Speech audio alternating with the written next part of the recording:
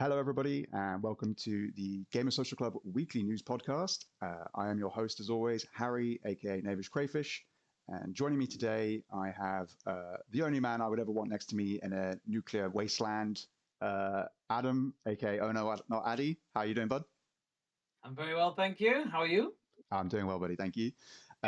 Next up, he only needs a weapon. Of course, it's Mark, aka We Woke in the Hive. How are you, sir?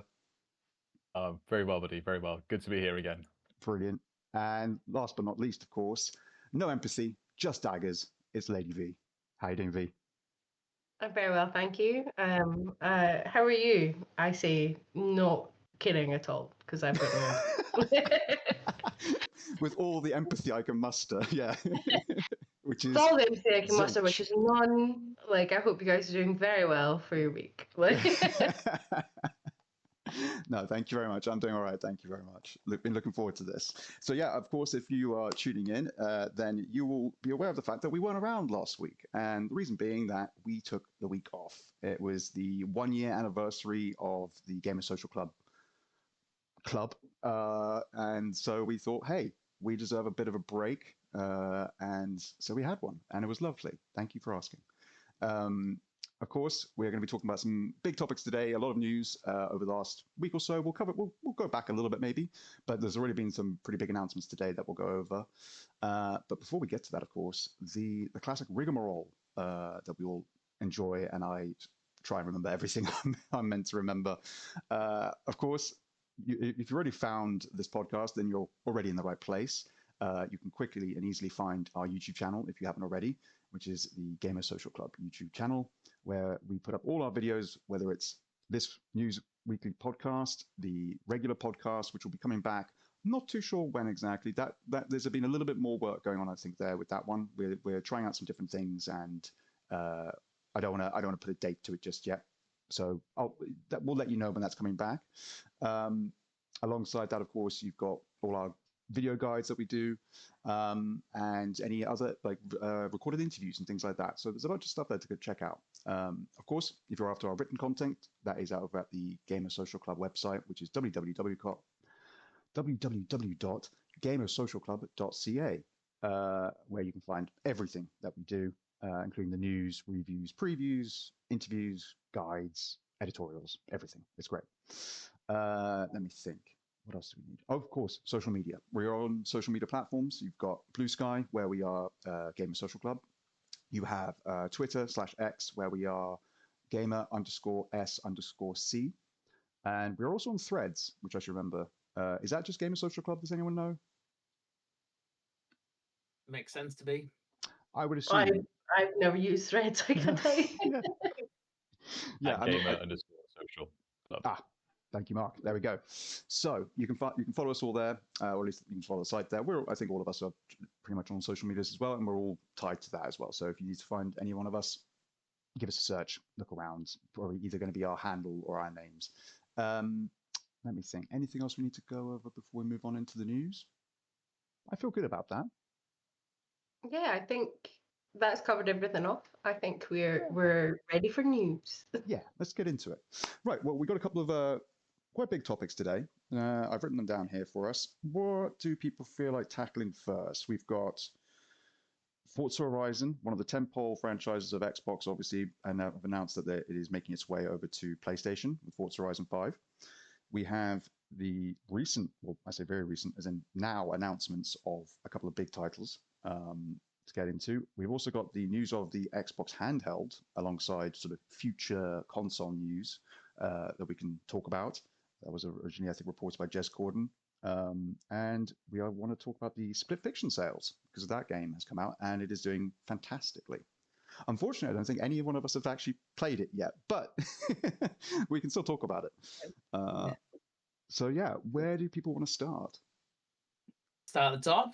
Start at the top? Yeah, I'm very happy to start with Forza Horizon. I'm very excited to get many, many more people into Forza Horizon that I could potentially beat in eliminator matches because the only people that are playing it right now are sweaty fuckers. Mm. And I am not good at racing games. Like, I am not good at them at all.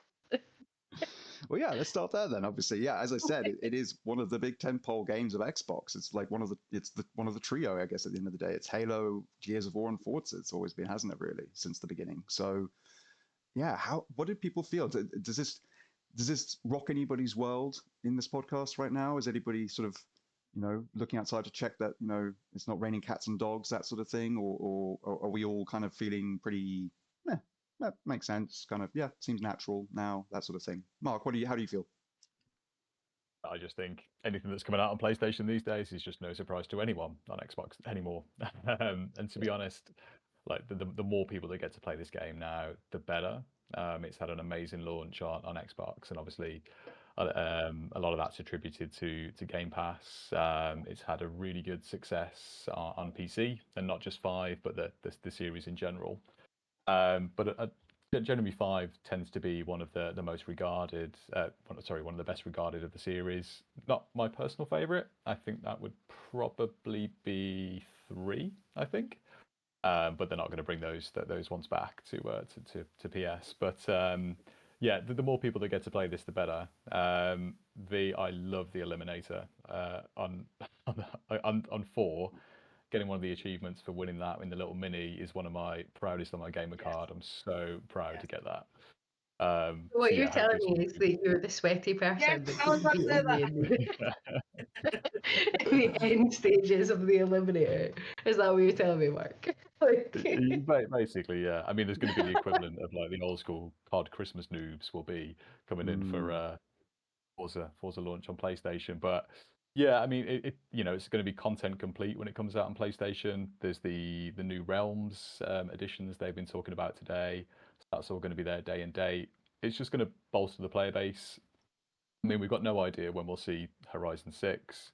It seems like this year would be the year, but you wonder whether that's going to be a little bit longer. Now it's coming to PlayStation and Playground. I've got other irons in the fire at the moment, but more people getting to play this game. It's going to look amazing on PS5 Pro. It's going to be the place to play it, really, if I'm honest. But yeah, delighted that it's coming to more places and not surprised at all.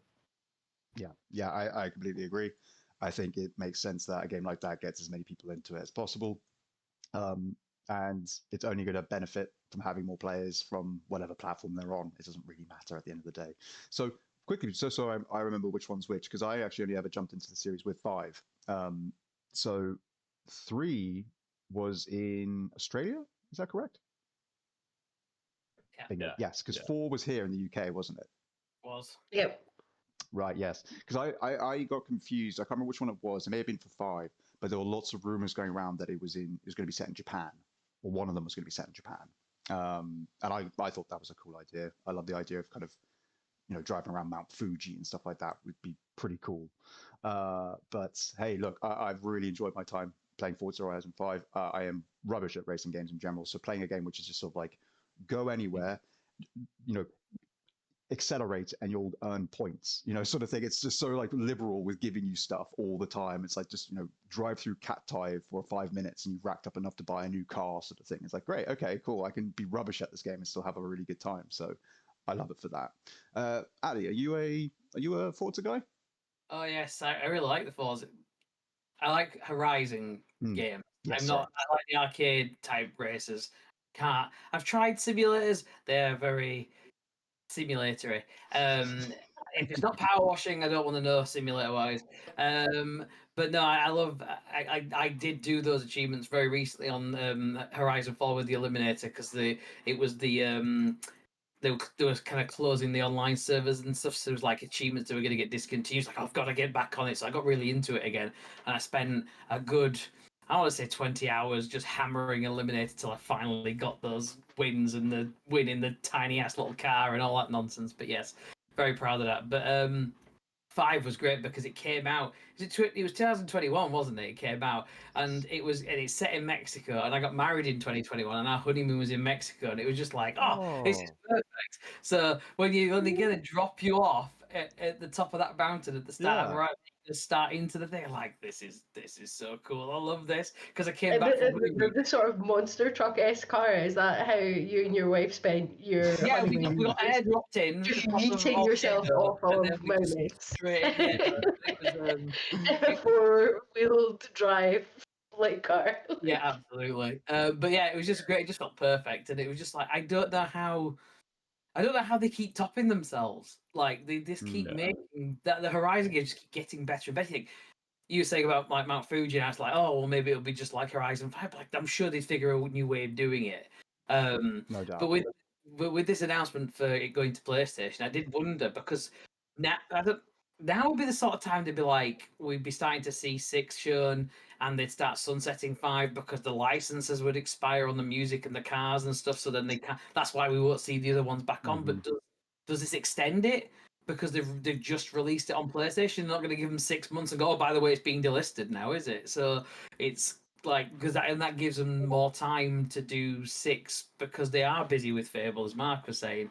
So maybe that's all strategy. But yeah, I think everybody who was going to play it on Xbox has had plenty of time to play it exclusively on Xbox or PC. I mean, nobody should be upset by these things, but for those people who are, like, you've had 4 years, get over it. Yep. And all the marketing messaging from Xbox is like, well, look, if you're still going to hold on to this stuff, like it's like, oh no, it has to only be here, then you're only going to be more and more demoralized and upset as time goes on, because this is the inevitable, the slippery slope, as it were, is now just straight down. Everybody's getting ready to just take the drop and land on PlayStation. Obviously, we've got rumors floating around, I think, about the Gears of War collection, launching on PlayStation at the same time as it launching on Xbox, and things like. I mean, like, there's all rumors and stuff, but like. But why is this a bad thing? Well, yeah, no, exactly. But like, if you try to drive, like, because if you release the collections, because you try to hype up the next release, isn't it? Quite often, like, these remakes come because you've got another big release in the pipeline, like E-Day, and like, are they doing like? I don't know, like if they're not playing that game anymore, but you think part of me thinks are they doing that so then E-Day releases exclusively on Xbox, and everyone then wants to clamour to get on wherever an Xbox is in whatever form that is, because they've had the first taste, they've had the first hit, and it was almost free. Like, ooh, give me more of that. We've had the first taste of, like, I am primarily an Xbox gamer, although I do spend a lot of time on my PC, and I do have a PS5 over there, and it gets some use. But they've had their first taste of the better controller. That's the one thing I would say for Xbox. Like, what are you doing with your analog sticks, PlayStation? This is out of control. Like, my thumbs don't want to be there. So just if everything becomes one big box and everything gets played on it like a PC essentially, I'm happy with that.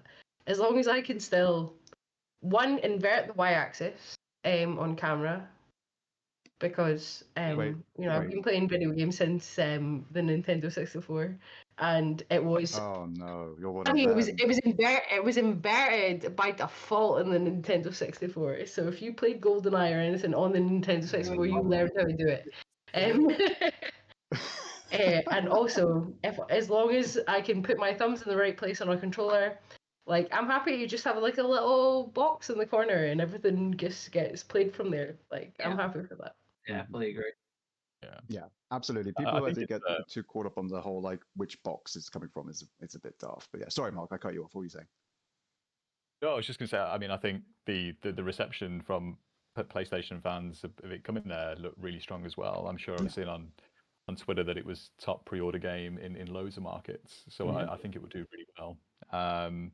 I'm sure if the Switch was flipped and it was PlayStation games coming to Xbox, it'd be the same thing. That there'd be a big demand for them. And I think you're right. The whole skepticism from Xbox diehards was myself kind of just past giving a shit now. Everything's coming out everywhere. Whatever. I'm still going to buy an Xbox. That's where my mates play. So that's what I'm going to do. Exactly. Yeah, and that it will probably be for a lot of people still, like, more or less the contributing factor of where you play is where are your friends already playing. Obviously we know that lots of games are already going cross play and things like that, which is brilliant.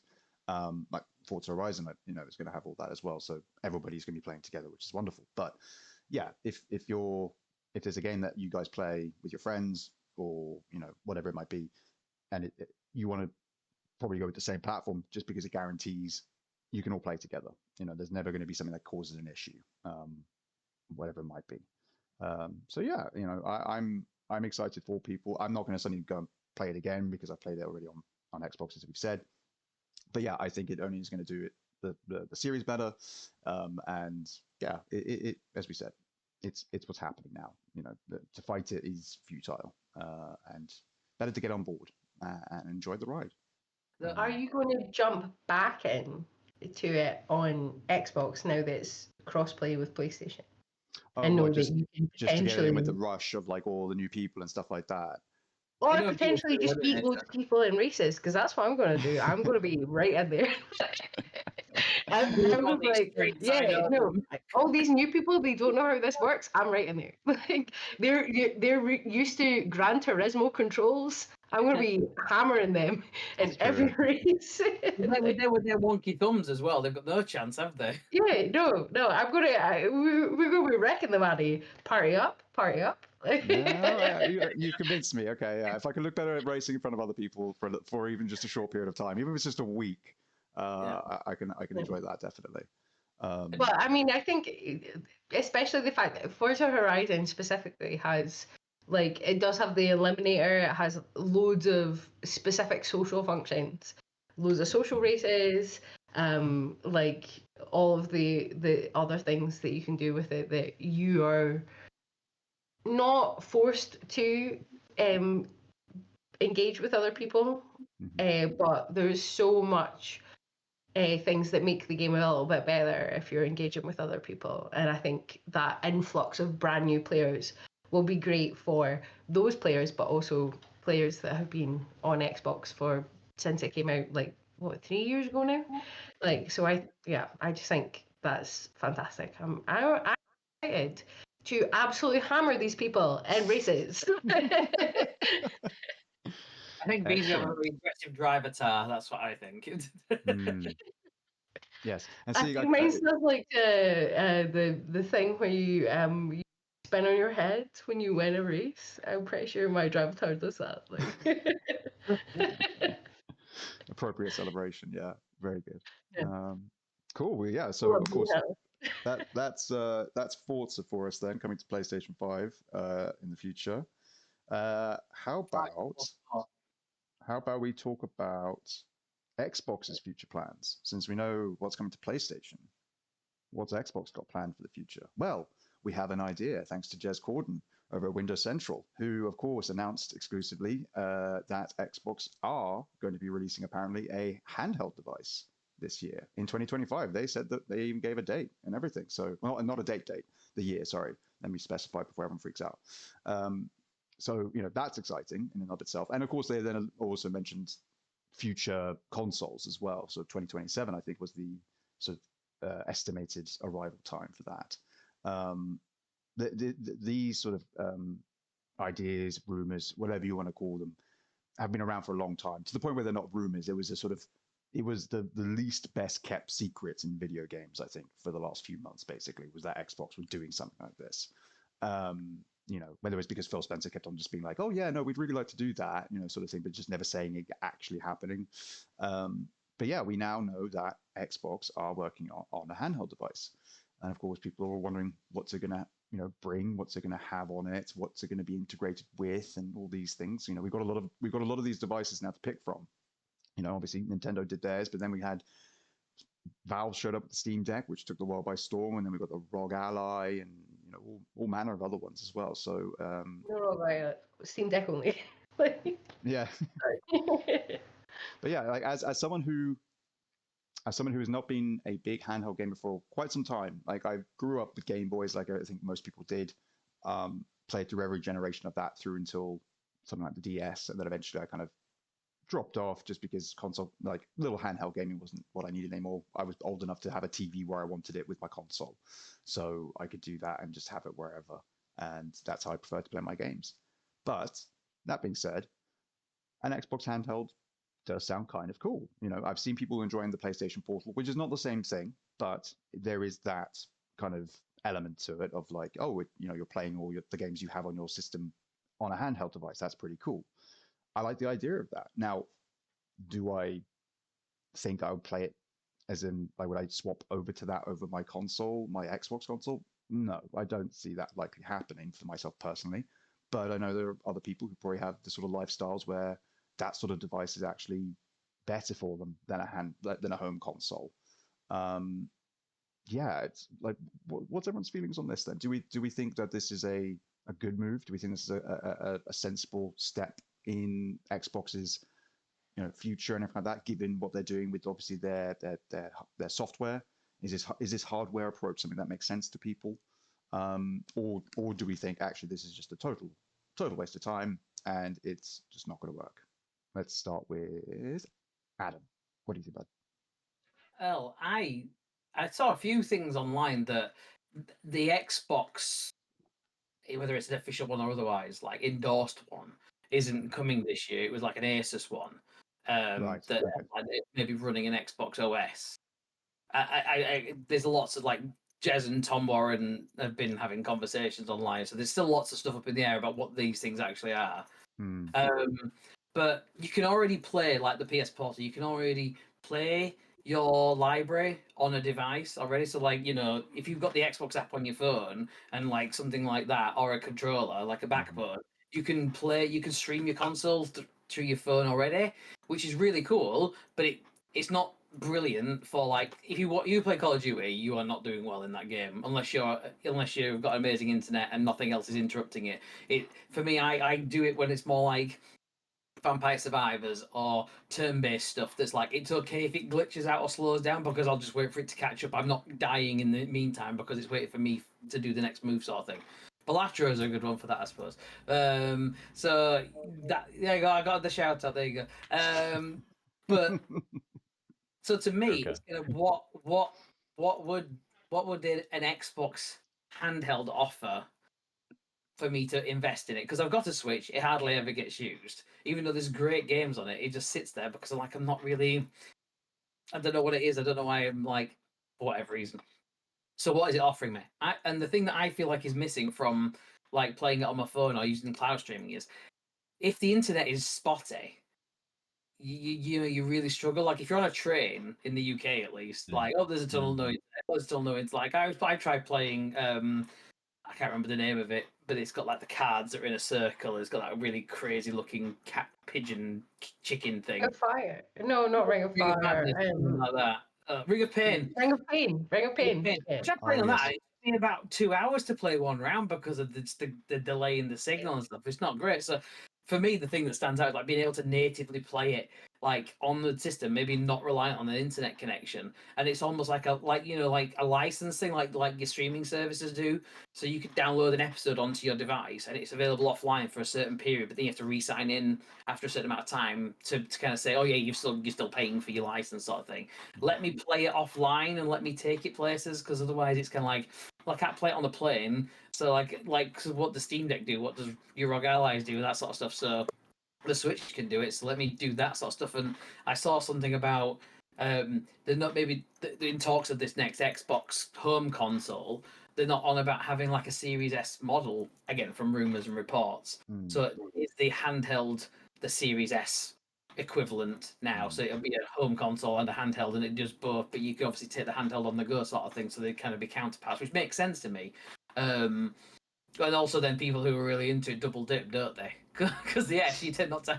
So it's I think it'd be great. I think as long as it's offering something that I can't already do, if everything's an Xbox, then what's the jumping in point for its hardware, sort of thing, I suppose. For those, what's the USP in those things? And that's been the whole point of that conversation around versus PlayStation or Xbox. Like they're going to be the same eventually. It's like, though they are very similar now, the games are going to be the similar across. We've seen that. We've just talked about it. So your hardware is going to have to differentiate. Like, oh, I've got the better camera on my phone, or my app, these apps are on that. That sort of thing. It's like, what does it do differently? If I can have Spotify on both, why would I buy an Apple over an Android, sort of thing? It's that sort of thing. So yeah, well, I'm interested to see where it goes.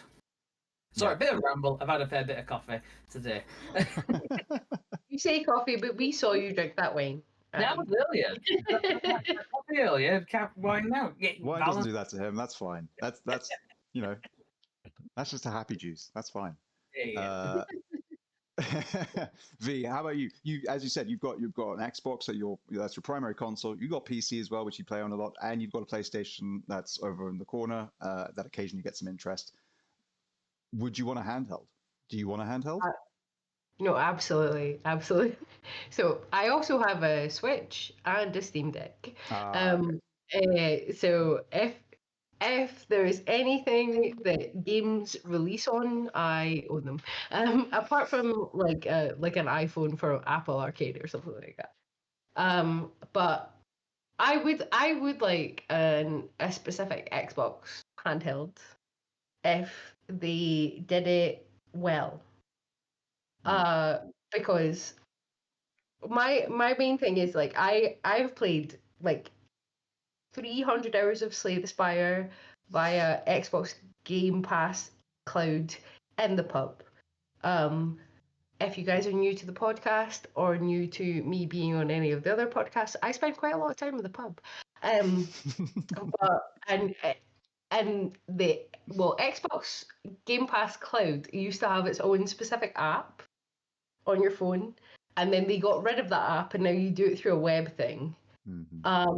And the web thing is shit. Like, it's so bad on your phone because 9 times out of 10 you have to spend like 5 minutes trying to get it to go into full screen so you can actually play the game properly. You can see it. The cloud app worked so well. I don't know why they got rid of it. I assume it's because they're trying to put it onto this new handheld or something like that. I think it was because of Apple. There was something with the store, and they had it as an app. They had to pay like a tariff or something like that. So they made it a web page, so they don't have to do that. Is what I think is what happened. I think. No, that tracks. Apple once again being shit and making my time at the pub worse. No, but as Addy just said, like the fact that you can play things offline is actually really, really great. So the pub that I go to, I may potentially have the staff password to the Wi-Fi. Maybe, like, who knows? So if I'm playing like 3 hours of Slay the Spire while having a couple of pints, then that's completely fine. But I also play Slay the Spire on my phone, cloud gaming, when going down to visit my mum. I live in Stirling, she lives in London. And when the internet's spotty, despite the fact you might have paid for first class or whatever, and they say you have Wi-Fi, if they don't get connection, then you're waiting 10 minutes for a turn. With my Steam Deck, you can play Balatro anywhere. You can play it in a meeting, as long as your manager doesn't see you. You can play anything offline. So I think that for people who don't want to, I think the price point's really important. So, like, I have the original Steam Deck, so I don't have the OLED. I went in really early, the original Steam Deck, but the one with the highest memory in it, and I think it cost me like £560 or something like that. I love it. I am in love with it. Like, I love my Steam Deck so much. I take it everywhere with me. But when it comes to rivals to it and things, like, you're not going to get the same level of games on Xbox or PlayStation that you will ever get on PC. Like, you can play basically anything on PC. So they're going to have to think about the price, and they're very much going to have to think about how you play games offline, which is a big issue, I think, for the way that the Xbox infrastructure is currently set up. If my internet goes down for like 2 days, even though my Xbox is set up as my home Xbox, if I try and play something on Game Pass, it's like, oh, I don't know. I don't know. Are you like, and I think that, yeah, they're going to have to, they're really good. But if they bring one out, I will 10 out of 10 buy it so I can play I don't Halo on the train. That oh my Halo just on the move. Just random Halo. I'm here. Actually, I've sold myself. Yes, I'm doing it. Your mouth says Halo, your eyes say Balatro, but yeah, okay, I agree. I understand. You don't get to talk about Balatro. You've only played like one game of it. Like you don't understand the addiction that is Balatro. You don't get me. I bought Balatro on my Xbox because they said you could play it through cloud gaming on your phone, even though it's not on Game Pass, just so I could play Balatro on my phone in the pub to get achievements because I got so many of the achievements on Steam. Yep. Oh, I am the target audience for any handheld thing that might have Balatro on it. Balatro required. Sneak peek for viewers. Next week's episode is an intervention for me, just so everyone's aware and up to date. Mark. Next week we're gonna pin Harry down and make him play Balatro on camera. Like...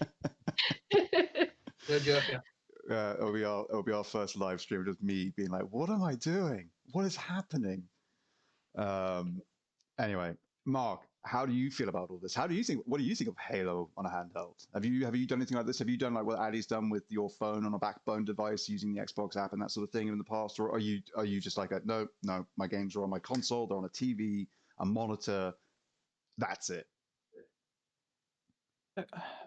I did actually play a level of the first level of Halo Reach on cloud recently on my really terrible, useless work laptop. And you know what? It was all right. It wasn't as kind of bad as I expected, but I mean, I'm kind of torn on it because I think I'm the perfect audience for this. I'm a big Xbox gamer. I own hundreds of games.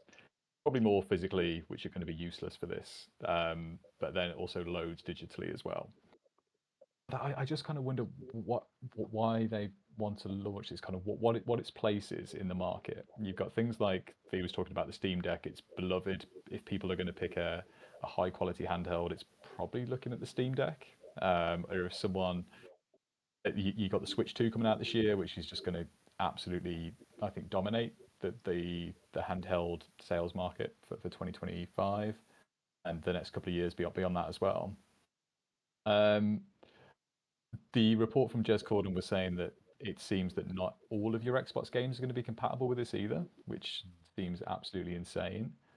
I just feel like the Steam Deck's established, that there's a good platform there. You can play anything you want on a Steam Deck. I'm just not sure why they're going this route. I feel like it's saturated, and I don't know if they're going to find their place. I do think what Addy said is right, that this is kind of a double dip for people that are going to be upgrading their home console and giving them an alternative way to play. And I think for somebody like me who will probably stick with Xbox inevitably, this will probably actually, if I did get one, would be my way to play PlayStation games.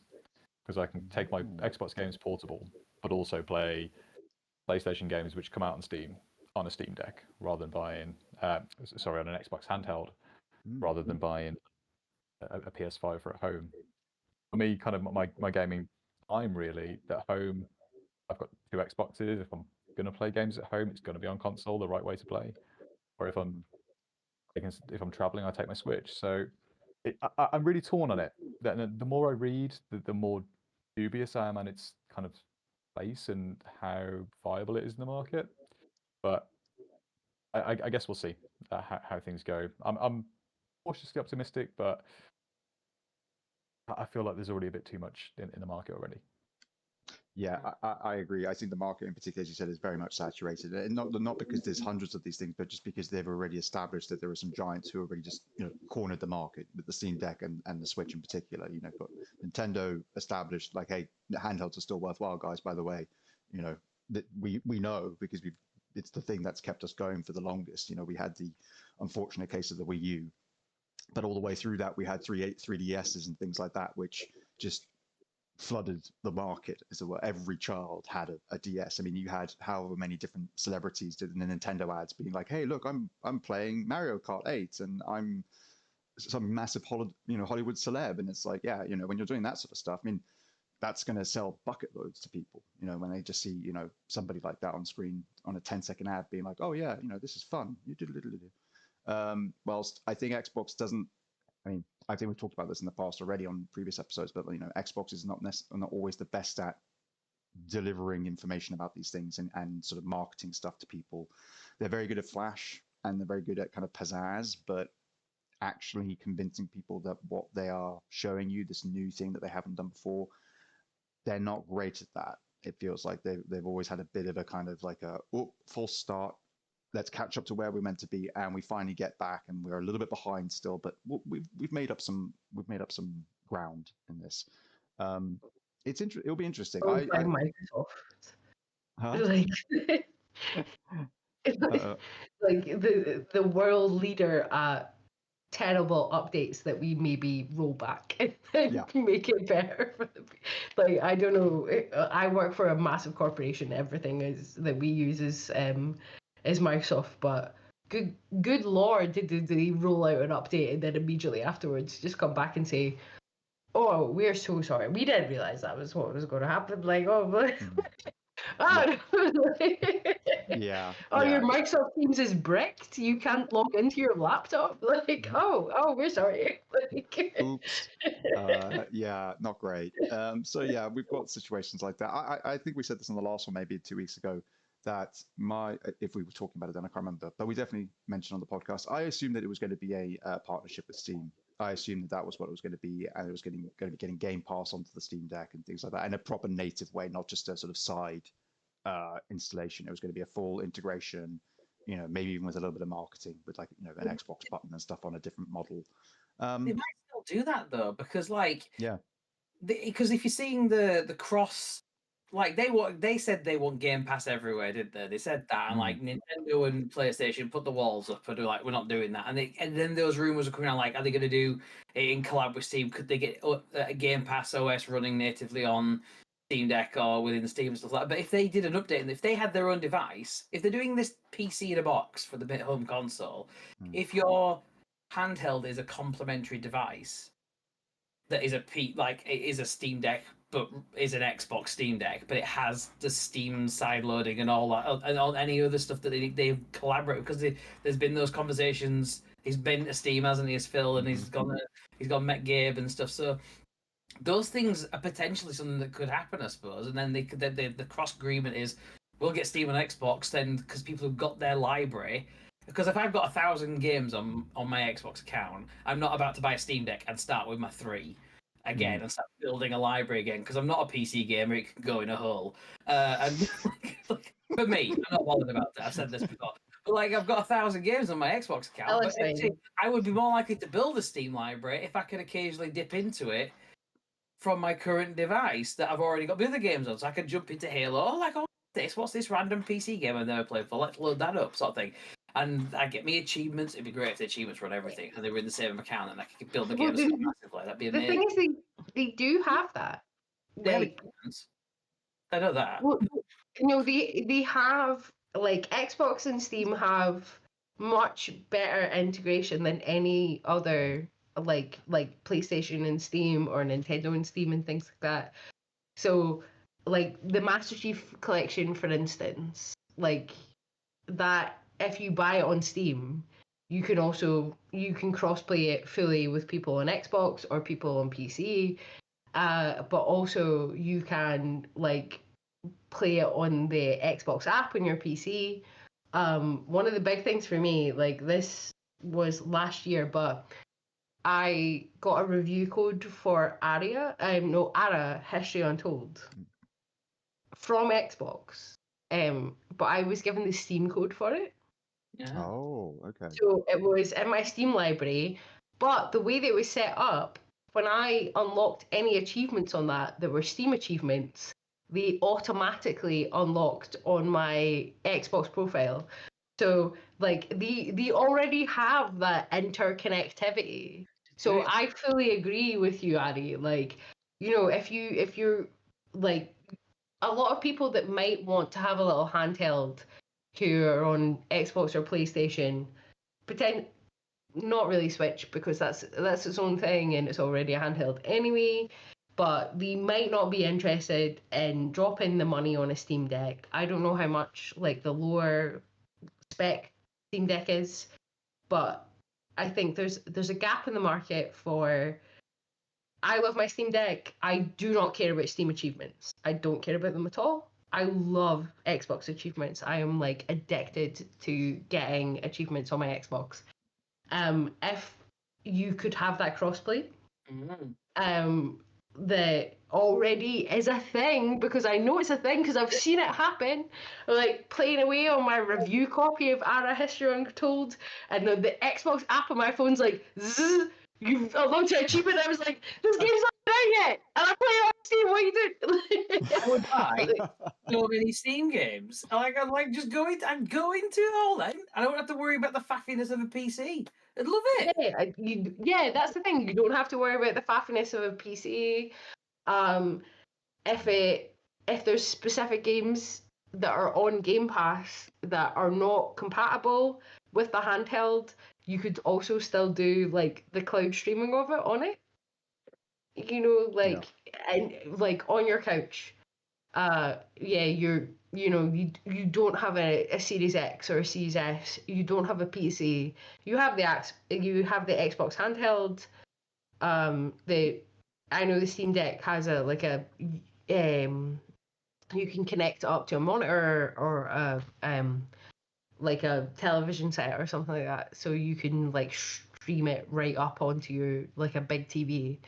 I think it absolutely could be the new replacement for the Series S. Yeah.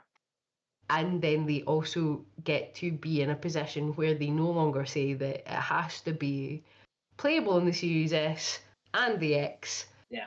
We have that hardware difficulty because not every PC game is Steam Deck compatible. Yeah. I really hope they don't ditch the S. I really do. And like us here, we're people who buy Steam Decks, we buy Series X's, we buy decent gaming PCs, we buy PS5 Pros. That we're those kind of people. But there are just so many people that the price, for parents with families, it's inaccessible to buy £500 consoles. So the rumors are that they'll do away with a Series S, but I think it's been a real benefit. And to be honest, I think Xbox would have been done this generation without the S. I think it's absolutely saved their bacon, and I think the accessibility that it gives to, first of all, financial benefits to families that otherwise wouldn't be able to afford to do this. I really hope they don't do away with that. It's got a really good proposition in the market, and it's the cheapest way to play Fortnite for kids, and unless they want to play on their phones, which most parents don't want to give their kids a phone unless they have to. So it's just it's such a nice product. Yeah, if you replace that Series S with a handheld that a parent can buy that can also connect up to the TV like a Switch. I was going to say, yeah. Mm-hmm. It has to have the handheld has to have the Switch thing where you can put it into the TV. Yeah, you can dock it. You can dock it and you can put it in the TV. That's just Series S replacement, but it's still more accessible than your home PC in a box thing, isn't it? Mm-hmm. Same price point as the Series S, but then you also have that caveat that comes with the Steam Deck that certain games won't be available on it. So, like, I am not a big subscriber to the fact that like games don't come to the Xbox because the Series S is like holding them back. Yeah. But if you are getting to a point in a hardware like situation where potentially devs are saying it's not that they couldn't do it, but it's like we don't want to optimize for that. If the difference is that one of them is a handheld that you can also dock like a Switch versus it's almost the Switch versus the Switch Lite, isn't it? Like there's games on the Switch Lite that you cannot play that you would play on a normal Switch because the Switch Lite is handheld only. Yeah. And I think that could be as you say, I don't want there not to be like an entry point for gaming for children and for families, because I started playing video games when I was 4 years old with my dad, and I obviously have a problem now. No, but no, I obviously love it. Like, it's part of my personality. Like, I'm so happy that I was introduced to that, and I think that the Series S was so good for that. But as we get into like the hardware discussions and stuff like that, and this, Xbox almost being like Xbox having a handheld thing that's almost not a competitor to the Switch, but like a lower cost version of a Steam Deck that you could dock into your television and stuff like that. I think could be amazing, and could take the slot that the Series S already has, because it's already fully digital. And also you could just send your kids to school with it on the bus. Like, I don't know. Just once, and they get beaten up for it, and then they don't go. Yeah, there'll be no problems, I'm sure. They'll be absolutely fine. Someone will have modded a screen into a Series S, like built in, right? Like someone will have done that somewhere. Like that's always there are attachments like, to do that. The ones that's like a laptop. Yeah, there's a laptop. There is an attachable one you can do. Yeah. Take a little vent out and put the screen in there instead. Basically, slip some Switch docks on the side, and bang, you've got your handheld. It wouldn't be that big in the future. Right, we're not putting Joy-Cons on the side. Like, like controller drifts bad enough without depending on fucking Nintendo. What I will say is that, because we'll move on to the next topic of conversation. But what I will say is, we've absolutely taken charge of this. I've got to corral you guys. I'm sorry, I've got to do it. But no, at the end of the day, I've always hoped that one day one of these guys would end up just making a modular console, just one where you can buy the parts you want. I want more hard drive space. Shoot. There's a new one. You're just describing a PC. Yes, but they're not. There's no like actual like. There's no need to make sure that all the things are like, oh, is this compatible with that? Yeah, they all are, because they're all Xbox pieces. You know what I mean? It's that idea, as opposed to like, oh, is my RAM going to work with my graphics card? Which is, is the fan going to fit this, that, and the other? There's no need to worry about that, because they're all made by the same company that are getting all those pieces made together. They're all meant to be compatible. They all fit together into this sort of box exactly. But it is like, I want the S version of everything, the cheaper option. So smaller hard drive, less powerful, that sort of thing, but it's all much cheaper. And then down the line, you can be like, oh man, I've run out of space. I don't want to just get an external hard drive. I want a bigger hard drive inside the machine. I can change that now. I can buy the better one, the Xbox Series X version of it, whatever it might be. All these things are blurring together. The lines have all kind of disappeared eventually, and it'll all just be some sort of amorphous, walk into a room and eventually they're just gonna like plug a thing into the back of your head, aren't they? Like, if they're not called the X blocks, then I don't know what we like.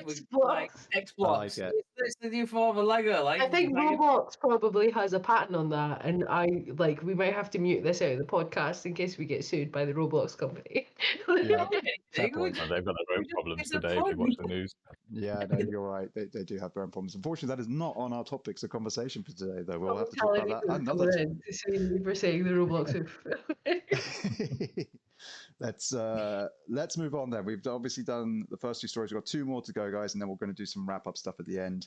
So what do people want to talk about? We've obviously got a few announcements today to go over. Three in particular that I can think of, unless anybody wants to add to that. And then we've also got talking about split fiction. So what do we want to tackle first? One of those two. Go through the announcements, I think. Announcements. All right. Okay. Well, split fiction is going to be a quick one, I think. None of us have played it. Yeah, you're right. Well, I've not even played It Takes Two. Like, very good. It's very good. It's very good. Yeah, says the man with a wife. Like, what am I going to do? Buy myself my house? Right. Let's talk about the announcements then. We've got 3 games that I think have been kind of announced. I mean, some of them we already knew about. Silent Hill F. It's lowercase f. I don't know if it's meant to be like a music symbol. That's what I thought it was originally, but I think it's just called F now. So we had a bunch of they had an announcement, like a stream today covering that. We also had the announcement from Saber Interactive and Games Workshop that they are working on Space Marine 3. They've begun development on Space Marine 3. And then we also had, there was a third one, wasn't there? I'm forgetting now. Simulator 2. There he is. Yep. The in-house washer that we've got here at GSC. So yeah, we've got three pretty big titles actually. Power Wash Simulator is nothing to sniff at when it comes to getting a sequel, because that game was big. And has only just been kind of adding to it, obviously, with the Wallace and Gromit that we had recently, with that DLC. They had a Warhammer DLC, didn't they? Yeah. Shrek. Alice in Wonderland. Final Fantasy VII. Like SpongeBob. Like, it's just the most eclectic mix of DLC you've ever seen. It really is. It's the most bizarre collection of crossovers I've ever seen in my life, and I love it. It's great. I've never played Power Wash Simulator because I'm not anyone's dad. So it's the most chill thing. I get a podcast on, and if I'm having a drink of wine or something, just do you listen to these podcasts back? I'm gonna kind of I'm just hosing down the shed. 90 hours. I've done that game. You got to get into those gutters, man. Those gutters every time. They're the last thing I finish with, because it's always something. So my dad and I sometimes play Command and Conquer together, and I feel like afterwards he just logs off and he's just like, "Damn, I'm just hosing down these gutters." It's such a dad game, and I love that. I love that for dads. It does feel, it has that sort of energy to it. It does. But that's fun. Obviously, more Power Simulator stuff. It'll be interesting to see who they partner up with. No doubt, because of all the partnerships they've had for this one, there's going to be ones already out the gate. I imagine there are going to be some wacky levels. I imagine. And then we've got Space Marine 3. I just don't quite understand what they're going to do with Power Simulator 2. Like, because they've only done a teaser trailer with lots of gnomes. Yeah. And there's like this cryptic, spooky thing at the end where someone opens the door and the gnomes pretend they're in Toy Story and they all fall down. But like, what are they? I don't know what they're adding. What makes it a sequel? That's what my question is, because they I think there'll be maybe a different engine. I mean, maybe, yeah, and so maybe the power washing is more realistic. Maybe I'll get the spinny brush thing to like buff stuff up and stuff like that. Maybe it's. I don't know. I'm curious to see what they're gonna do. But they only released the latest DLC like last week, so it's. Yeah, it's in Unreal Engine 5 now, and you can just like scrape underneath the toenails of statues. Ooh, like, I don't know, like just the most in-depth cleaning you've ever seen. Like do you know what a water pick is? Like the thing you can use with a hijack thing to like floss your teeth. Yep. They just have that, but you can use it to like just get right into the grouting of like a bathroom. I'll clearing the earwax out of people like ears. Yeah. I don't know, like, but I assume that's what they're doing. It's going to be interesting. I've never played Simulator. I feel like I can see them pushing like the situations you're in. It's not that they're going to add like challenges like, oh, you can like die during this, but more so that it's like you're no longer just doing people's homes. It's now like, oh no, you're like on the side of a skyscraper on one of those, things that moves up and down, and you have to like do the whole floor going, like that sort of thing. Or who knows? Simulator. I love the idea that you have a bomb strapped to you and you've got to clean it or you'll die. If you stop washing, it's like speed. Speed, yeah. Speed, but clean all those windows. That's it. If you do not get all of the gunk out of those windows, you're going to die. Everyone in this building is going to die. That's hey, we're onto something there. We're onto something, I think. So yeah, that's PvE or PvE. I feel like we have to go to. For some sanity, for some sanity. So yeah, we have Power Simulator 2 to look forward to. We have Space Marine 3. Did everyone here play the Warhammer 40k for Space Marine 2? In the first couple of levels so far. Okay. Did you play a bit of the original one back when? Yeah, you played the original one. The original Space Marine back when was that? Like it was like what 2011? like 360 time. I've got a copy of it somewhere. So, yeah, I can't remember now. I mean, it's just like years like, isn't it? Really, and Mm. I know I'd love it, but I've just not got around to it yet. But yeah, good to see the new one get announced today. Whenever it might come out, I think it will be several years yet, I would have thought. But I'm sure there'll be a big hype for that. I know people love that. Number 2 last year. Yeah, it'll be interesting. It'll be interesting to see how long the gap is between this one and the one that we just had 2 and this one, because there's a part of me that thinks the way they described it in the press release, because when I was doing the article for the site, I obviously read through the press release, and the way they described what like the stuff they were looking to add to the next one was more about scale. It sounded like over fidelity and that sort of stuff. So I'm sure there'll be better graphics and things like that with it. They'll probably have better atmospheric lighting, ambient lighting, and particle physics and all that sort of stuff. I don't even think it needs that. That's it. Yeah, that's the thing. I feel like Space Marine 2 already does such a good job with all that already. It already is a visually stunning game. And especially in combat, like the visceral nature of it, it captures that so perfectly. I'm like, you don't need to kind of touch this up really. Just if you're looking to do this, need more Tyranid scum. That's it. Yeah. To me, I almost think like maybe this is something we actually see not next year, but maybe even 2027. Just because I would hope. Yeah. Oh, sorry, it's like jumped in there. No. Oh, Mark, or whoever. Yeah, somebody go. I was just saying, no, you go, Mark. You go. I've spoken a lot. Like I'll shut up. That's all right. I was just saying, I expect it will probably be next gen. I would have thought. I mean, we're 2 years out. If you follow the rumors, that game doesn't look like at least two and a half, 3 years away. So at least cross gen, but I think it'll be a next gen game. Given how much of a visual feast number 2 was, I think they'll go all out for 3 on next gen. Yeah, UV. Sorry, could fit nicely into the launch window, of the new consoles as you said, as a cross gen game. But timing wise, it could end up being sort of within the first 6 or so months of the next console generation, which would be pretty cool. But yeah, that's just my take as far as reading the press release and trying to sort of transcribe all that over to the article. Was like that's what stood out to me, that the tease, as it were, from I think it was the deputy CEO of Focus, the publishers. They seem to imply that like, yeah, we want to make it more epic as far as like bigger set pieces, bigger battles, more people on the field, that sort of stuff. So yeah, that to me kind of was like, okay, cool. You're happy with what you've done with 2. You just want to do more of it.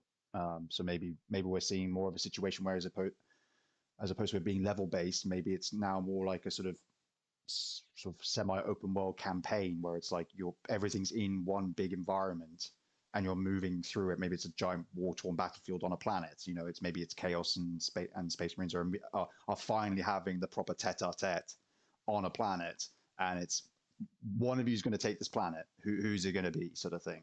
And maybe then it's a cool thing where, like, I don't know how much Warhammer knowledge you guys have, but I've been a fan of Warhammer for a long time, and so I could see it being okay. So finally, we're having the Chaos game. We've done Greenskins with the first one. We did Tyranids with the second one.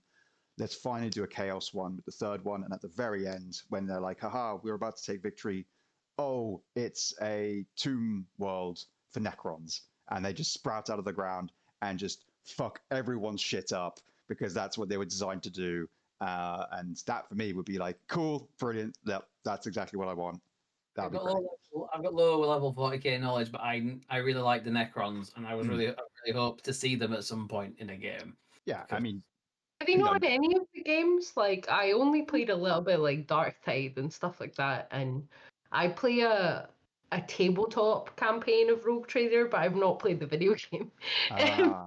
So no, they have featured in the RTSs, but nothing, I think, as far as like third person or first person like action games about. I think they've only been in sort of maybe more like the turn-based or the RTS stuff.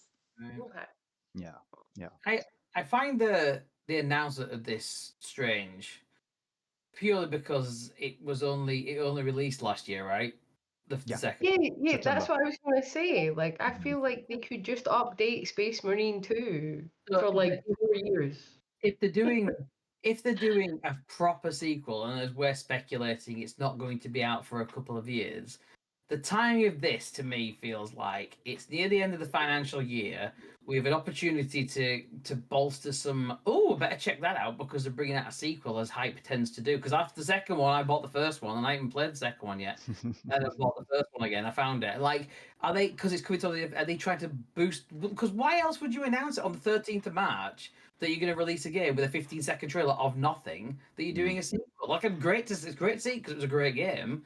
From what everyone's saying, and the bit I've played, I really enjoyed because it's that classic 360 era kind of thing. But what was the point of announcing it now, mid-March? It's not part of any kind of grand show. What are you achieving by doing it other than generating? Because they mentioned Space Marine 2 in the press release as well. So we're really happy we're going to continue to support it, as in like you can go check it out while you're not doing anything else while you're waiting for this one. So I was wondering if they'd like just boost it on. There's nothing wrong with that. That's what they want to do. But it's weird to me that they announce it so randomly in the midst of the day, sort of thing. It's just a bit weird. No, glad to see it, but yeah, a bit odd.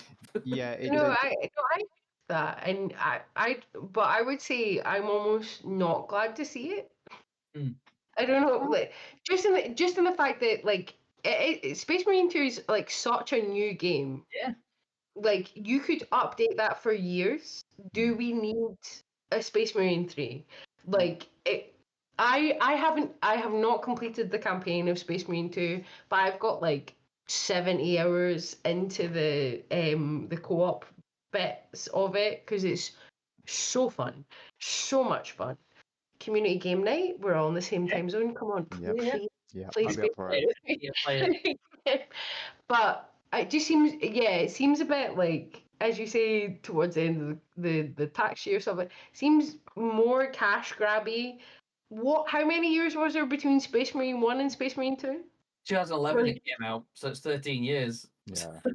Yeah, like, and given how small the increments are for hardware now, do you really need to bring out a Space Marine 3 rather than just continue to update Space Marine 2 for like 4 or 5 years, which you said you were going to do anyway? Yeah. Rather than charge people for like 50 quid for the same experience again, because I assume we're always going to be like destroying the like heretics. There is no blood for the blood gods. Like there are no bones for the skull throne. Like why would you bring out basically what is going to be, and my assumption, the same game in 2 years' time, just because the first one did well?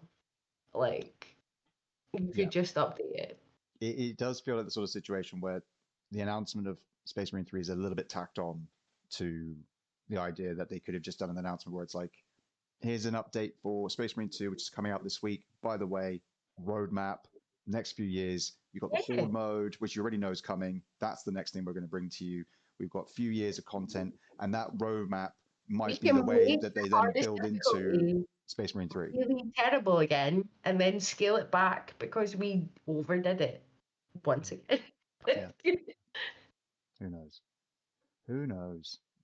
But that's the second title, and then we had Silent Hill F, which that's literally just sort of happened whilst we've actually been doing this, I believe. So, has anyone had a chance to actually look at any of that info? I think Russell might have been the one doing the article. And a few pop-ups I've seen from Discord have said that it's coming to Xbox.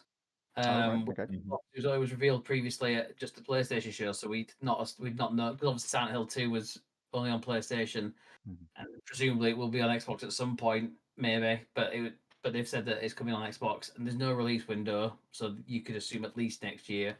That's all I know at the moment, but that's all literally from the notifications that Russell's been saying. Yeah. So if you're listening to this right now, you can obviously pop over to the site. I believe the article is up, or will be shortly if it isn't already. And you'll then be ahead of us because we are busy here. But yeah, I know that we already had a little bit of info about like the setting and things like that. I think it's meant to be like 1960s Japan or something like that. I think it was, or maybe earlier even. Okay. I'm not entirely sure. But yeah, so we got little snippets and stuff like that. But otherwise, yeah, it's still very much a case of like no one really knows where this fits into the whole Silent Hill franchise or anything like that yet. So it'll be interesting to see when and what the information is that we get at the end of the day. So yeah, lots of cool, fun, exciting games being announced today, which is kind of odd. But then again, maybe it's because it's drawing to the end of the fiscal year. Maybe that's why this is all happening today. Yeah, everyone buy Power Simulator while you have Power Simulator 2. Exactly. Well, I think there's a lot of new and interesting AAA or in terms of Space Marine like AA games released or announced today. Not released, but announced today. But the indies have been smashing out of the park for the past like 3 years. So I might not rush out to buy the new Silent Hill because I could play Signalis or like I did play Space Marine 2. It was so good. It is so good. Yeah. I mean, But that's there are plenty of small indie titles Absolutely. that are coming out across all platforms or just on PC, etc., that everyone could be tuning into instead of waiting for a trailer that might be for a game that comes out in 7 years' time or next week. Who knows? Yeah, right now we are living through a bit of a renaissance of kind of PS1 era horror games in the indie market. That's definitely a sort of a right. Go play what? Mouthwashing. Have you not played mouthwashing? No, I haven't had time to. I know it's also very short. I do mean to get to that. The one on the top of my list though is Crow You were Country. I excited still haven't got. about Silent Hill. Play some mouthwashing. I will get to mouthwashing definitely because that is on my list alongside 1000X Resist and like all these amazing indies that have come out like over the last couple of years. Like Crow Country is one of the ones I desperately want to play. I played the demo of that and I loved it, so I'll get round to it. What's the one that's being on site at the moment? There's like a Resident Evil 1 inspired thing that's very colourful. I seen. What's it called? Oh, I think I know what you're talking about. I can't remember the name for the life. Sorry, You're Here? Is it that one? Oh yeah. Completely... Sorry, You're Here. That came out last week, was it? That looked. Yeah, mad. I think someone was reviewing that. I don't think it's gone up on the site yet, but looked absolutely batshit crazy. But like Resident Evil 1, like inspired, very colourful. But yeah, real renaissance of all that at the moment. It's great, definitely. Even though life out of me, and I don't play that many of them. We're at that point now where our generation who all grew up playing these games, Resident Evil, Silent Hills, and stuff like that, they're now the ones making the games, and of course that's why you're seeing PS1 era graphics for horror games. That's why you're now seeing a whole bunch of new 3D platformers coming out, and stuff like that, because that was all the stuff that we had growing up, or at least on console. People were playing more kind of deeper RPGs with Bethesda and stuff like that on PC, but that didn't come across until 360 days. So, original Xbox. But, when you were back playing your N64s and stuff, it was, platformers and, the occasional horror title or something like that, like a Kudelka or a Parasite Eve or, those sort of ones, which we don't get as much of, but they're now making that resurgence because of everybody now working in the industry is sort of our generation now. Wanting to relive the glory days of our youth. I think Harry called us old. Like, I don't know if that's what he was meaning to say, but I feel like he just called us old. Yeah, I am. I'm calling you all out, guys. I was thinking of like, oh yeah, Bring Me the Horizon. I've got they're singing about video games and stuff because Shadow Moses and Parasite Eve. And yeah, they're like, oh no, we're just old. Yeah, okay, right. I reviewed Crow Country for the site actually, when it came out. I read your review. But the weirdest thing about that review is the fact that I think someone had signed up for it and then they couldn't do it, and Dano messaged me and he was like, the embargo for this is tomorrow morning. Do you think you can play through this entire game throughout this evening? And I was like, Maybe, I don't know. I'm a shite bag. Like, I am the most afraid of everything you've ever seen. And he was like, you got 12 hours to embargo, where it was like right when the site was really young. So I was just like, right, I'm gonna have to do it. Like, and I had such a good time with it. And like, it almost made me want to play more horror games. Like, I am not a horror game guy. As I just said, I am a shite bag. Like, um, but playing through it, like the old PS1 style graphics, like the really weird, like out there little puzzles and stuff like that, you have to work your way through. I played through the entire thing in 6 hours in that evening, so I could then stay up till 2 a.m. and write the review. I had such a good time with it. And then the next week, when Dano messaged me and was like, "Oh, we've got this other horror game that you could review," and no one else is, because I think at that point there was only like 6 people that volunteered at the website to do anything. He was just like, "I've got this other one." I was like, "I'll do it." And then I cried on a train when I was playing it. Oh no. I was so afraid. But I have played many, many more horror games since then. Purely because Crow Country was so good, so good. Please play it. Please play it. It is when I'm desperate to play. I will be, I will play that more than likely before Bellatra, I'm afraid, but I will get around to it with all of these. Play Crow Country first. Bellatra is amazing. We all love Bellatra. It's like crack cocaine, but play Crow Country because it is just an absolutely fantastic game. So expertly crafted. It's such a homage to the old school PlayStation horror games of which it is based on. And just play it. Before I joined Gamer Social Club, back when you guys were just starting out, I think it was like April, whenever it was, I played the demo and previewed it on my blog, and I adored it. And even had a quick chat with the devs because they're great. Those two. It's only two guys, and they've made so many excellent games. And stuff like that. Yeah, they do all the puzzle games. Yes, yeah, exactly, yeah. But yeah, no, I'm looking forward to it. But yeah, so those were some big announcements that came out today. Obviously, there's always more games being announced, but it just happened that those three fell on sort of today, which is really, really cool. Our last story to get to that we decided to talk about is, of course, Split Fiction, which, as we've already established, none of us have actually played on this podcast. But we've all heard great things. It is the highest rated game on Metacritic this year so far, at 91, was it, Mark? Yes, yeah, 91. Yeah, phenomenal. Excellent. Really, really strong. Yeah. So I'm very excited to play it. I've played both A Way Out and It Takes Two, and I played their first game, Brothers, as well. I played that solo because you could. And then I played A Way Out and It Takes Two with my son and my daughter. She played it as well, which is great fun. But yeah, Split Fiction looks great. Definitely want to pick that up. And of course, it has hit 2 million sales in a week, which is fantastic. Unbelievable, frankly. Other games will go bigger than that. We've had Monster Hunter, Wilds do record numbers, but that's to be expected. They should be doing that. Split Fiction doing this is very cool. And I think again is also, I can't remember if you mentioned in your article, Mark, but I think you made the comparison between the numbers of It Takes Two and Split Fiction and the sort of the time frame that they've done it in. And yeah, it's very impressive that they started already on 2 million sales. So I think not long ago they announced that It Takes Two's hit 20 odd million, I think, since its release.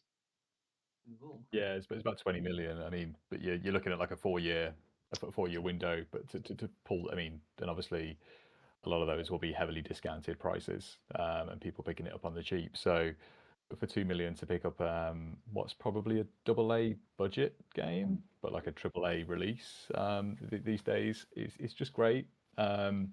Everywhere I've looked, it's not been like 60-70 pounds release, which is good.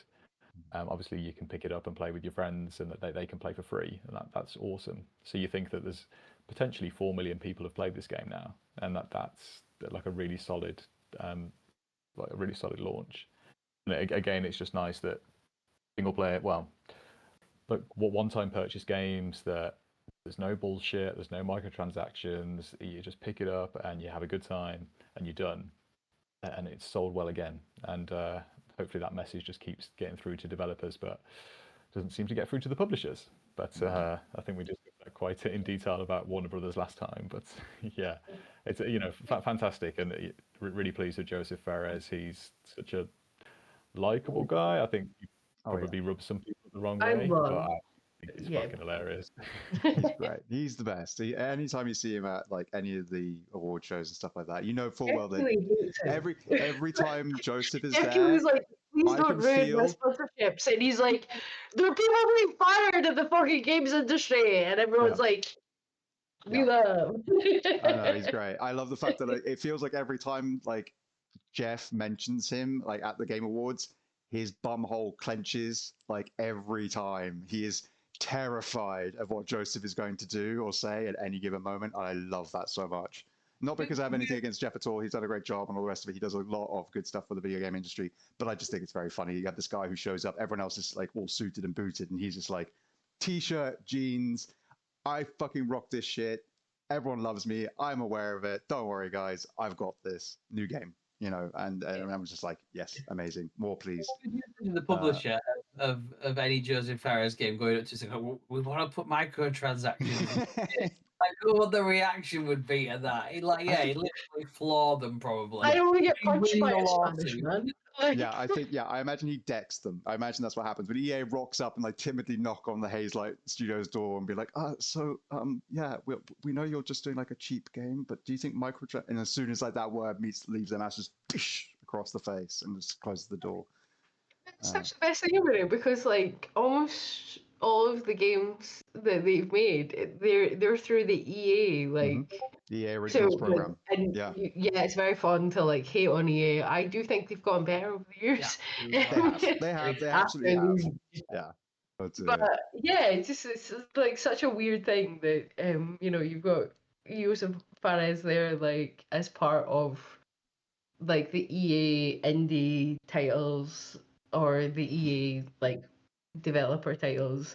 Just I've never played a Hazelight Studio game, which makes me really sad because I've never played Aware. I've never played It Takes Two. I know you can play Brothers: A Tale of Two Sons by yourself, but I've never played any of the co-op ones because I have no friends. No, oh, don't do it, V. No, that's not true. I do have friends. Sad. It's just like trying to get people together for something that's a fully co-op experience. Yeah. Like, it is tough. It is tough. I mean, even I've got kids and it's still tough. You know, I can literally say you're playing this with me now, and it still doesn't work half the time because they're 9 and 8 and. It took a moment to get my wife to play it because we played Overcooked before, and like. Oh. And you said together, wow, well done you. Hey, you're dropping that burger in the ocean, for God's sake. Or do you play this other co-op game? When we played it though, it was ace because we were like, there's a character in It Takes Two, is the book or whatever, the Mexican book. Yeah. Like, you get divorced. We'll get divorced, Andy. Like, you're one source of true love. I don't know. We just love the book that guides him around that just goes collaboration. That's great. He's so funny. I've not played it. I don't know. We will change that. I will be playing Bellatra and Mouthwashing, and we'll get you to play It Takes Two and Split Fiction and everything like that. We're all gonna grow together, which would be great. But yeah, I think that kind of covers our main topics of conversation for today. Definitely. Is there anything that anyone wants to drop in now before we kind of start wrapping things up a little bit?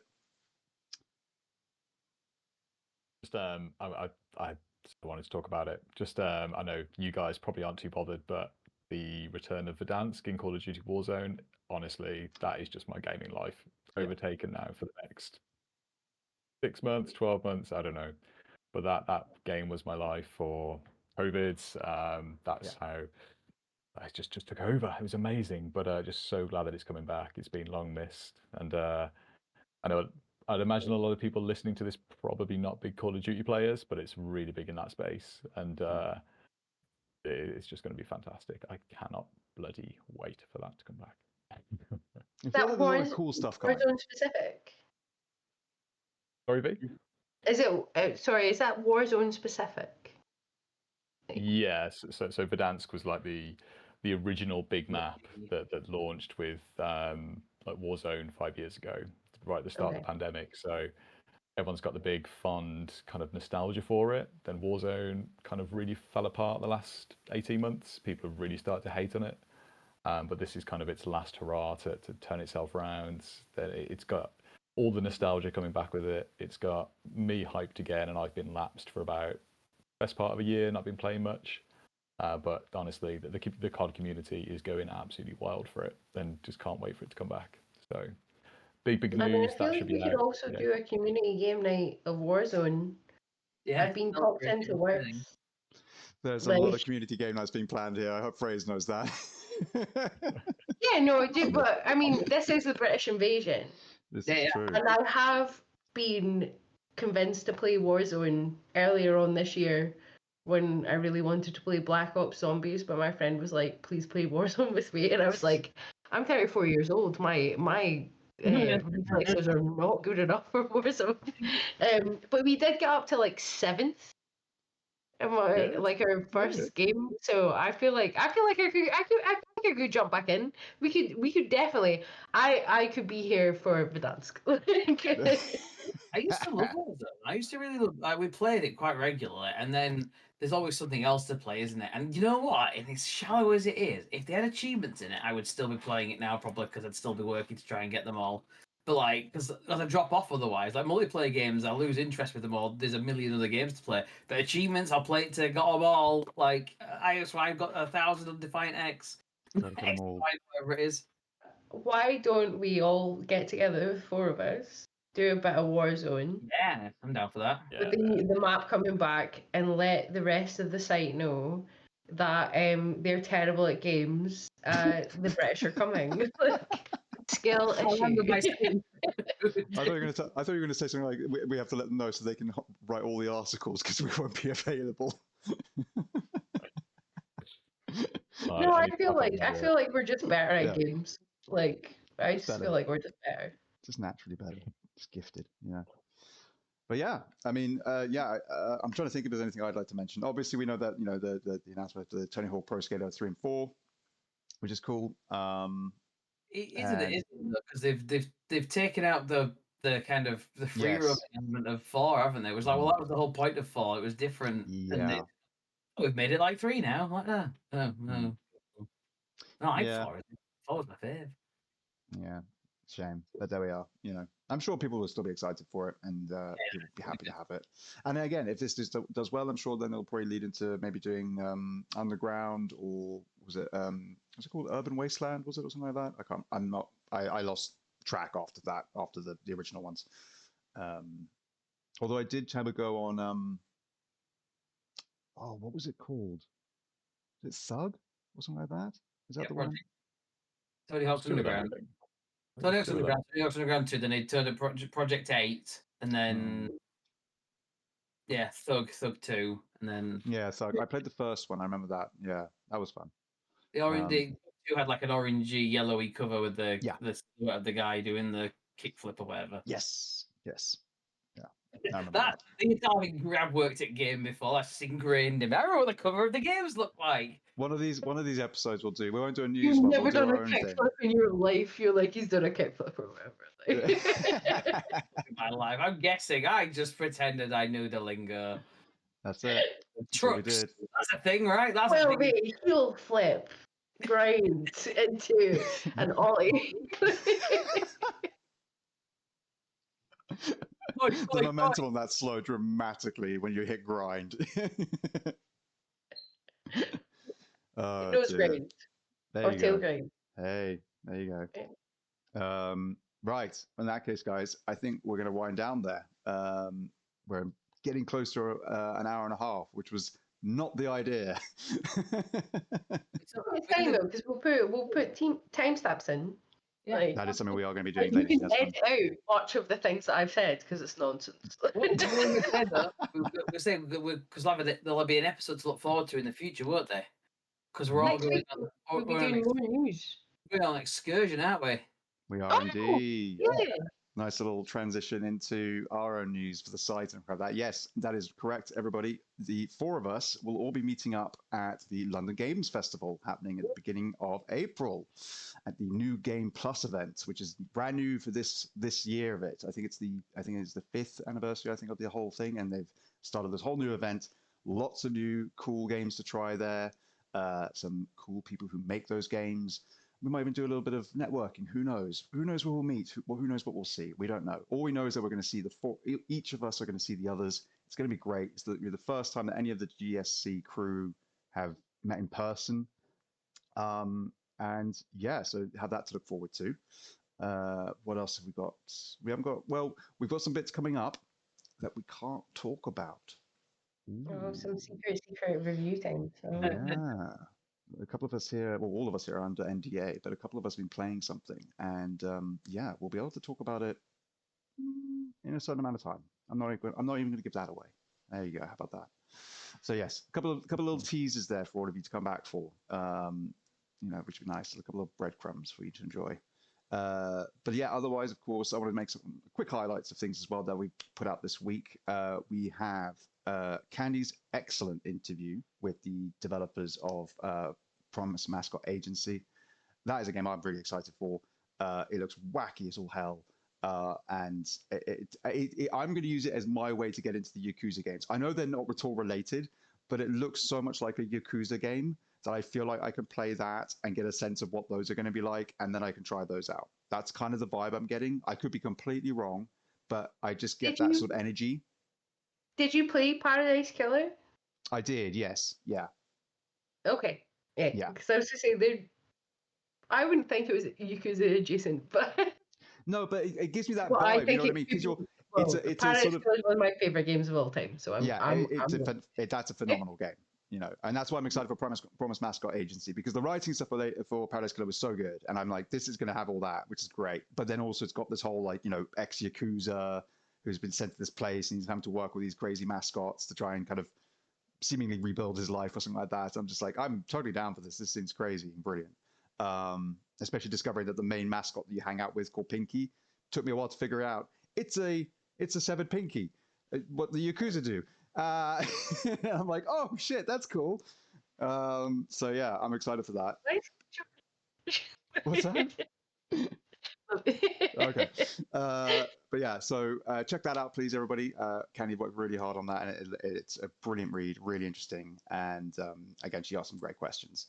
So definitely worth checking that out. We've obviously had some reviews that we've done. I covered a game called Wonder Stop, if people haven't heard of that. Sort of a cozy game about a warrior called Alta, who, she's been sort of unbeaten for so long in her life, she doesn't know what it's like to feel defeat until she does, at which point she then runs off to try and, regain her previous life of being the best of the best, to then wind up in this magical forest and to sort of just find her way to this weird tea shop run by this lovely bald chap called Borrow. And it's a whole game about just sort of, it's a bit about self-care. It's a little bit about burnout. It's a little bit about, identity. It's a very, very thought-provoking game. I found it certainly reached out and touched me in a personal way that I did not expect. I knew going into this some of the aspects of it, like the burnout and stuff like that, which I thought was really important and very cool, similar to Dungeons of Hinterberg, which of course is coming to PlayStation. But this really kind of floored me in a big way. I was very, very surprised by the kind of where it went and how it did it. So yes, I did a review of that. V, you have just done a review of 2 Point Museum. Is that correct? Yeah, I did 2 Point Museum earlier on this week, which was, as all the 2 Point games, I think, fantastic. If you're into them, you're not going to find simulation games that are the same as that. Like, if you're a big fan of like Theme Hospital or like Theme Park, back in the old PC games, like the 2-point games do not disappoint. And I really enjoyed like some of the different things that they did in 2-Point Museum. Just the way that you have to like send out your experts and your assistants and janitors and also like security guards potentially on expeditions out to like bone digging sites and haunted museums, and also space and the sea to Very bring cool. back all of these different exhibits that you can show off in your museums. It's such a fun game. There's like bits and bobs of it that I wish they were a little bit more in depth as they were in some of the previous ones, like 2-Point Hospital. But I had such a good time with it. And if you enjoy the 2-Point games, and especially if you just enjoy those sort of simulation games in general, the simulation management, I think, was how it would be, you would call it. I can't recommend it enough. I had a fantastic time with it. You can build a dinosaur slide. So, like, what else could you want? What else could you want? What else do you want? Exactly. You know, that should make everybody happy. And at the end of the day, I love things like the 2-Point series and stuff like that, because just like as you said, the Theme Hospital games and Theme Park, they are such a great vessel of British humor. And I love absolutely. that. And they've love not it so lost much. that. Yeah. Yeah. Yeah. I love playing Thank Goodness You're Here. Like, God Almighty, I don't think I stopped laughing throughout playing that whole thing. It's so funny. But that is also like that's like that game is made just to be played almost by like a British audience, because for everybody else, like they have the whole like choose how, like if you can understand the local language, like colloquial dialect or not, and it's like, yeah, this game was made for us, which I love. Excellent. But yeah, what else have we done this week? I mean, obviously there's a couple of other, you know, as I said, things coming up. Addy, have you done anything recently? Have you reviewed anything? I've not reviewed anything. You've been busy with guides, I know that much. You and yeah, I've been because I'm hoping to be playing Atomfall as soon as it comes out, basically. But I've got to just wait till it comes out. But I've been prioritizing Avowed because I love that, and that's my current game of the year. But it's still March, but it's awesome. So I've done a few guides for that, and I did the Power Wash Simulator DLC, but the Wallace and Gromit one, because again, love Wallace and Gromit. So had to play it, Gromit lad, and did all that. And it's just super satisfying to clean the rocket ship from a grand day out, and clean the wrong trousers, and clean the Knitomatic and activate it, and it's just brill. It's just like they're always so well done in those sorts of things, like little nods to it and everything. And yeah, so I wrote some guides for the kind of miscellaneous achievements for that DLC, and I wrote some guides for some achievements you can get in Avowed, some fun quests, some missions you can do. Get a bear to fight a bear. You summon a bear and you get it to fight another bear, and how you get that. And yeah, it's been not had much time to play much, unfortunately, because life is a thing. Moment. I bought 2-Point Museum mainly for my wife, who thought that because you can keep pausing time with her current broken arm, she might be able to play it, but then her left arm hurts too much. And there's a particular element where you've got to start dragging and dropping stuff.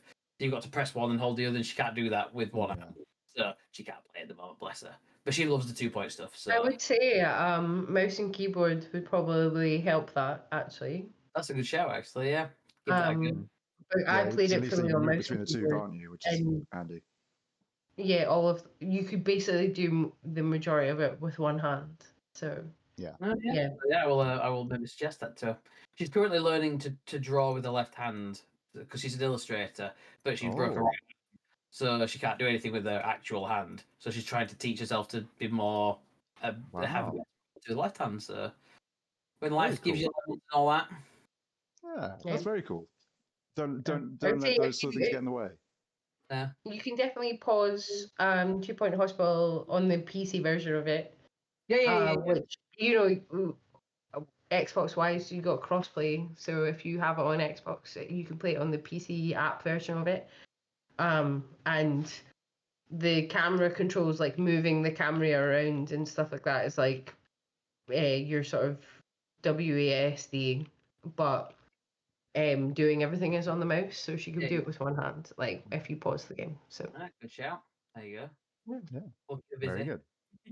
And then, the only other thing I want to shout out real quick is I did a preview for a game called Rainbreaker, and the only reason why I want to bring this one up is because it's made by a studio called Studio Fizbin, who've been around for a while. They've made some excellent games in the past, some ones I've really, really enjoyed. I played this. It's sort of quick summary. It's like a Hades-like, basically. Medieval punk aesthetic. Very cool. Really interesting. Welcome back, Mark. And yeah, I want to highlight this just because the studio announced very recently that unfortunately they would be having to basically shutter after the release of the game. They would try and support it as best they can, but that this was going to be their last game. Shortly then after making that announcement, they did put up a second post to basically say to people who I assume they got a good amount of feedback and coverage from people to say, if you buy the game, we can continue to hopefully do more. So this is kind of a make or break situation for them in that regard. And I think this game Rainbreaker feels like it could be something really cool. Not saying it's going to blow everyone's socks off or anything like that, but it doesn't strike me as some sort of like 4 out of 10, 5 out of 10 sort of game. I think this is going to be a really good solid game that people will really enjoy, and maybe even scratch that sort of Hades itch until Hades 2 comes out proper. But yeah, I just wanted to highlight that because it's the sort of we are all big fans of indies here. We love to try and support developers. There's enough of layoffs and shuttering and closures and all manner of things going on all the time. If we can do anything to try and stop just one from going down, then that's a victory at the end of the day for everybody, not just us. So yeah, check it out. It was included in this month's demo disc as well. So you can go and click on that to get to the demo. I've got my preview up on the site as well. Yeah, and of course, that was the other thing I was going to mention was the demo disc. Our monthly article where we cover a whole bunch of games and their demos, basically. This month's was a jam-packed issue of over 20 demos because of Steam Next Fest, which ran over the end of February into March. So that was launched on the 3rd. As I said, over 20 demos to check there for a variety of different games, AAA to indie, all manner of genres. Definitely worth checking out if you haven't got anything you'll play right now and want to kind of get some ideas maybe of things that are already out or things to look forward to. So yeah, we'll include probably links for things like that all in the description. But yeah, Mark, is there anything you want to highlight that you've been doing on the site like that, or even anything that anybody else has done, that you feel is worth pointing out or sharing? Yeah, I mean, there's so much going on at the moment on the site. Loads of really good news coming out in the last week. Some really good coverage, and the one thing for me to highlight is my review of Glover, which the N64 cult classic that you know what, I had very fond memories of. However, playing 25 was perhaps a different experience. And I do encourage everybody to go and check the review out on site. It's exactly the same game that what it was back then. However, playing with a horizontal inverted axis is just not the one in 2025. Really strange experience. Yeah. V was talking about the vertical axis as being inverted earlier, but try horizontal now. That is just not. Yeah, no, I'm not that mental. Like, it's too far for V. That's taking a step too far. But yes, yeah, please, everyone, check out Mark's review of Glover. I edited that review, and I can say that it's a phenomenal review. So, if you're looking for some insight into the game or just something fun to read, like, I would absolutely recommend. Yeah. That's the only problem with us all being able to edit our own stuff, is that there's no one to shout out how good our stuff is. Because otherwise, if we just say it, like if I just say like, oh yeah, my One to Stop review is amazing, like. Well, I edit all of your reviews. Do you not know that I edit all of your reviews? Like, I knew that, V. Just you don't edit mine, do you? I do, yeah.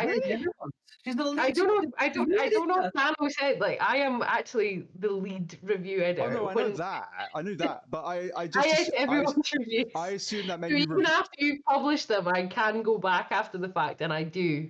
Fair enough. Edit some of them. Yeah, let's just cut. Let's cut to end of the news. We can discuss this after the fact. This is getting too behind the scenes, too far. But yes, so that has been this week's Gamer Social Club weekly news podcast. Thank you all for joining us today, and yeah, we will hopefully be back soon. As I said, we've got some things coming up to talk about and to share. So we will be doing one of these again soon. Just we're going to figure out timings and things like that. This will probably be going forward the team, as it were, the crew for this show. It seems to work, at least for us, as far as time zones and like that. And so far, no one said anything nasty or negative in the comments. So hey, that's a plus. That's a win in my book. Yeah, do better. But yeah. Other than that, I think... You've got to put Addy says things, so it's not just Harry that's doing it.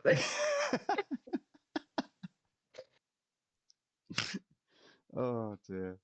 Right. Okay, everybody. Let's all go to bed. It's late now for us. Yeah. Take care, everybody. Look after yourselves. Play some great games, and we'll see you all soon. Bye-bye. Bye. Bye. Thanks, everyone.